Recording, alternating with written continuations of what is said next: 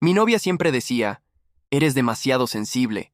Aprende a aceptar las bromas, cuando me insultaba públicamente una y otra vez. Así que empecé a bromear de vuelta, sobre su cocina, su forma de conducir, su carrera. Cuando se enfadaba le decía, ¿demasiado sensible? Aprende a aceptar las bromas. El día que se dio cuenta de que había creado un monstruo, desde el inicio de mi relación con Alondra, siempre existió un detalle que parecía pequeño, pero que poco a poco fue desgastando algo dentro de mí. Alondra tenía una costumbre, ridiculizarme frente a los demás, disfrazando sus comentarios de bromas. Cuando recién empezamos a salir, lo tomaba como algo pasajero, una especie de juego ligero entre pareja. Ella me decía que debía aprender a reírme de mí mismo, que el humor era una señal de confianza. Pero lo que para ella era humor, para mí terminaba siendo un constante recordatorio de que, en público, siempre estaba expuesto a sus palabras. La primera vez ocurrió durante una cena con sus amigas de la universidad. Una de ellas me preguntó cómo nos habíamos conocido, y antes de que pudiera responder, Alondra se adelantó diciendo, «Oh, ya sabes, él estaba ahí, con esa torpeza tan característica suya, como si no supiera hablar con mujeres». Todas rieron, y yo también sonreí con incomodidad, pensando que no pasaba de una anécdota exagerada. Pero lo que para mí fue un momento incómodo, para ella se convirtió en costumbre. En cada reunión, en cada salida, aparecía un nuevo chiste a mi costa. Con el tiempo, esas bromas empezaron a volverse más incisivas. Durante un almuerzo familiar, cuando traté de participar en una conversación sobre política, Alondra soltó: «Ay, pobrecito, apenas si puede organizar sus propios pensamientos, pero quiere opinar de política». Las risas estallaron alrededor, y yo me quedé en silencio.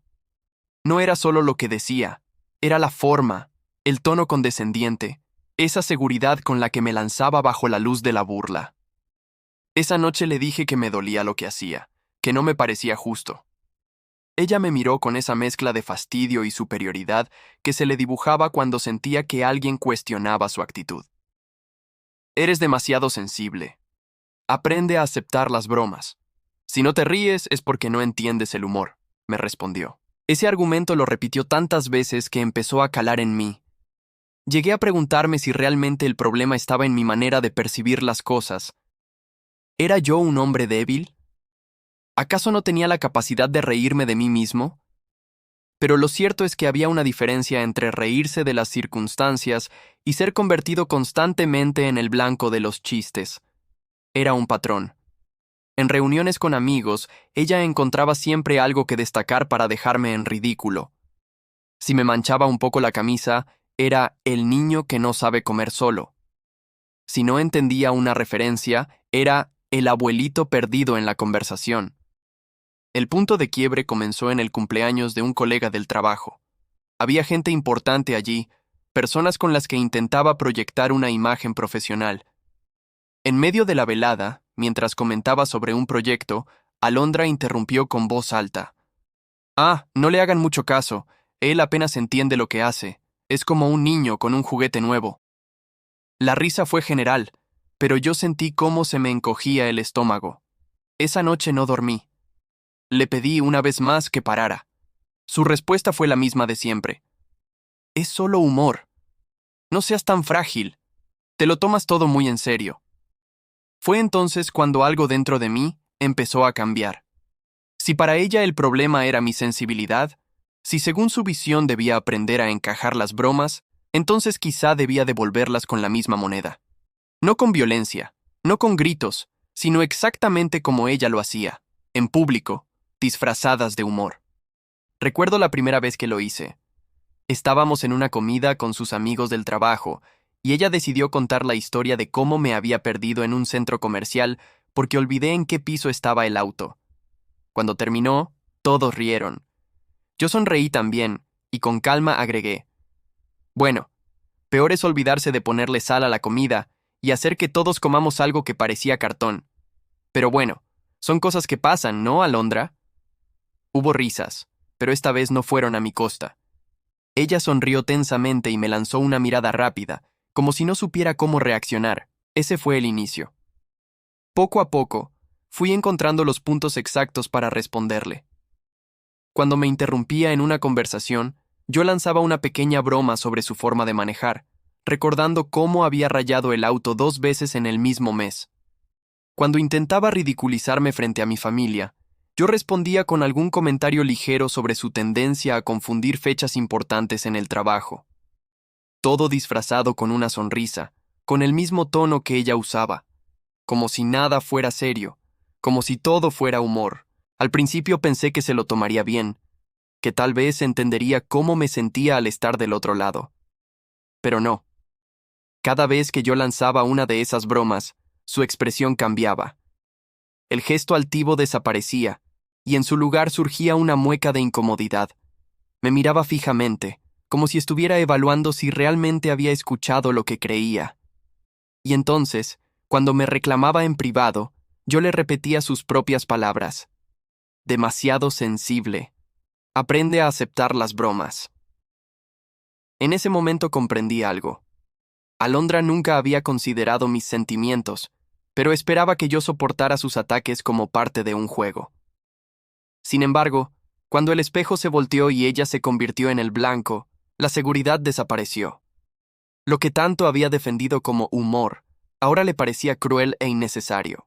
Pero lo más irónico fue darme cuenta de que no había planeado convertirme en un reflejo de ella.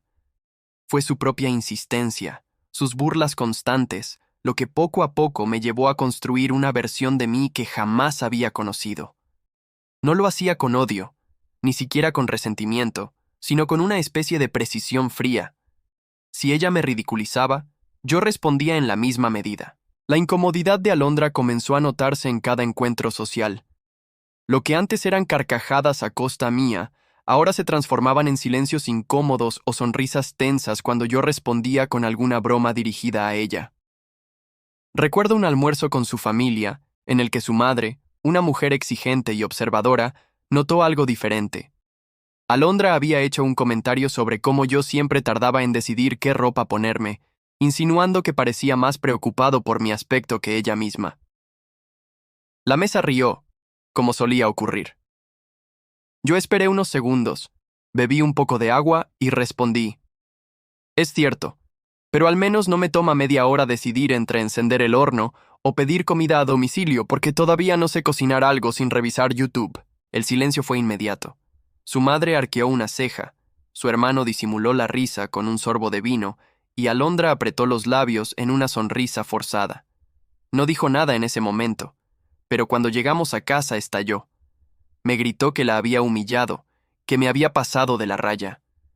Yo la escuché en silencio, y cuando terminó, solo le dije con calma, ¿no es eso lo mismo que tú haces conmigo? ¿No era solo una broma? ¿O es que de repente te has vuelto demasiado sensible? Sus ojos se abrieron de par en par como si esas palabras hubieran sido un puñal. Se quedó callada unos segundos, luego giró el rostro y no volvió a hablarme esa noche. Ese episodio fue un punto de quiebre.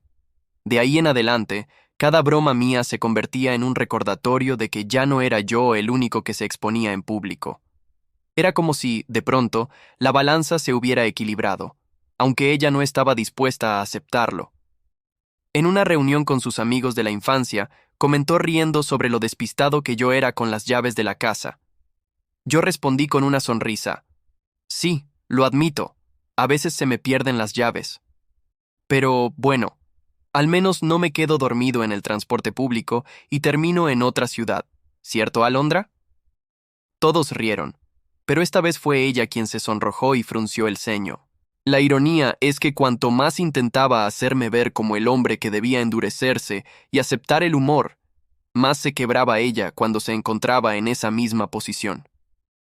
En privado comenzó a acusarme de ser cruel, de buscar venganza.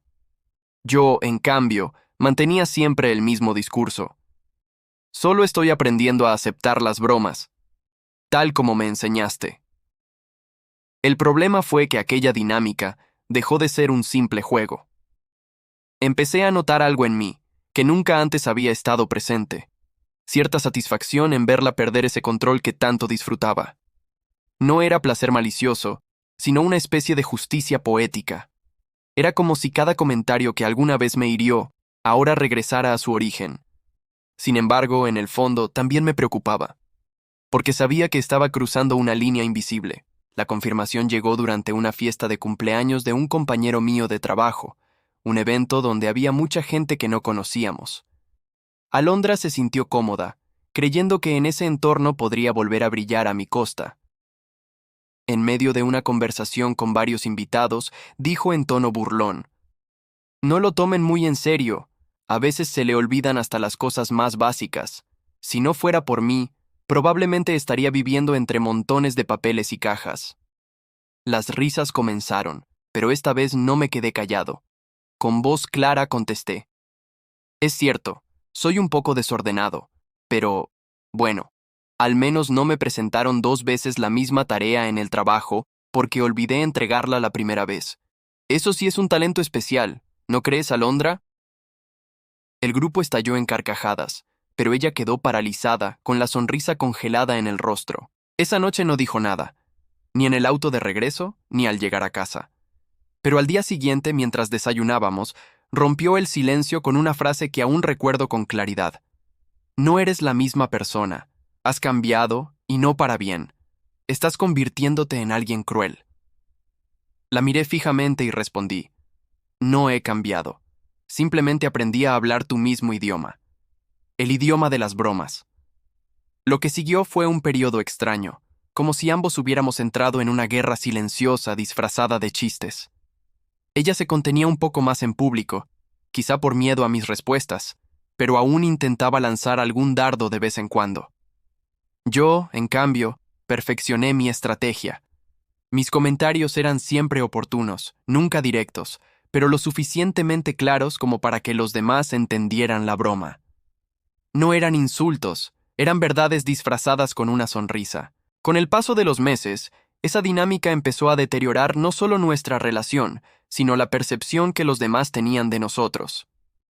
Amigos que antes se reían con entusiasmo comenzaron a mirarnos con incomodidad, como si presenciar nuestras interacciones fuera estar atrapados en medio de un combate disfrazado de comedia.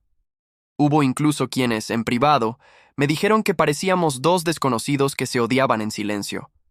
Yo lo negaba, aunque sabía que algo de verdad había en esas observaciones.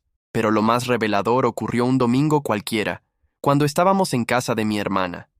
Ella había preparado un almuerzo familiar, y Alondra decidió contar la historia de cómo una vez me equivoqué de estación de tren y terminé en un pueblo distante. Antes de que pudiera continuar, yo la interrumpí suavemente. Sí, fue un error, lo admito, pero al menos no confundí la fecha de nuestro aniversario y llegué con flores un día después. Eso sí que fue inolvidable. La mesa estalló en carcajadas, pero lo que más me impactó fue la mirada de mi hermana. No era una mirada divertida, sino seria, casi desaprobatoria, como si me dijera en silencio: "¿Qué están haciendo?". Ese día, por primera vez, sentí un escalofrío, porque me di cuenta de que ya no sabía si lo hacía por justicia o por costumbre. No sabía si realmente estaba equilibrando las cosas o si simplemente me había convertido en una versión de lo que siempre detesté. Alondra, con su rostro endurecido y los labios apretados, apenas probó bocado en todo el almuerzo. Y yo, aunque me mostraba tranquilo, no podía evitar sentir que algo dentro de mí se estaba deformando. El monstruo del que tanto hablaba no era otro que yo mismo, pero no había aparecido de la nada. Ella lo había moldeado con cada comentario, con cada burla, con cada risa a mi costa. Y ahora estaba frente a ella, reflejándole lo que había sembrado. El desenlace comenzó a gestarse durante una cena con varios compañeros de su oficina. Era una noche aparentemente tranquila, con conversaciones ligeras, copas de vino y risas ocasionales. Yo me mantenía al margen, escuchando más de lo que hablaba. Alondra, confiada en su ambiente, se permitió volver a su antiguo estilo.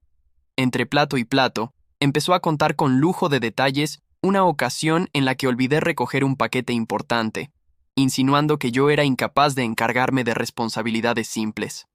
Lo narraba con entusiasmo, exagerando cada gesto, arrancando carcajadas de la mesa. Esperé a que terminara, y con una calma que incluso a mí me sorprendió, sonreí y dije: "Sí, fue un descuido, pero, bueno, Peor es cuando uno envía un informe a su jefe con 20 errores de ortografía. Eso sí que es inolvidable, ¿no, Alondra? El silencio cayó como un telón. No hubo risas, no hubo complicidad.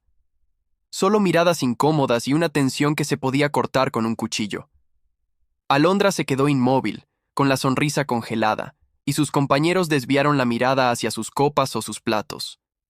Fue el primer momento en que entendí que la balanza ya no estaba equilibrada.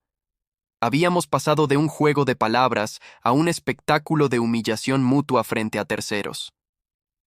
Esa noche, de regreso a casa, la confrontación fue inevitable. Alondra me acusó de destruir su imagen frente a sus colegas, de ridiculizarla de una manera cruel. Yo no levanté la voz. Simplemente le recordé cada ocasión en que ella me había puesto en la misma posición, cada vez que disfrazó su desprecio de chiste. No fue venganza, le dije. Fue un espejo.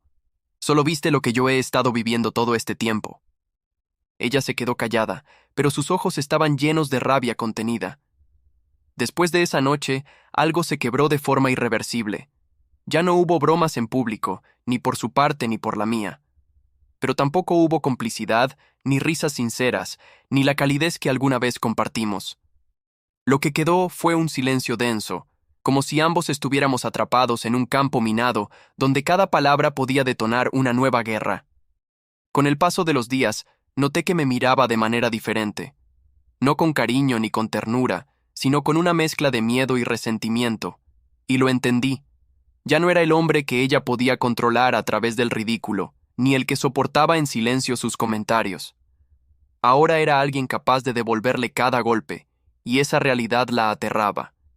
Ella misma había creado al monstruo que tanto rechazaba, y no sabía cómo enfrentarlo. La ironía más grande es que, en algún punto, yo tampoco sabía cómo detenerme. Aunque ya no había necesidad de responderle, aunque ella había dejado de burlarse de mí, en mi interior quedaba una especie de inercia. La costumbre de estar alerta, de buscar la oportunidad para contrarrestar cualquier comentario, me había transformado en alguien desconfiado.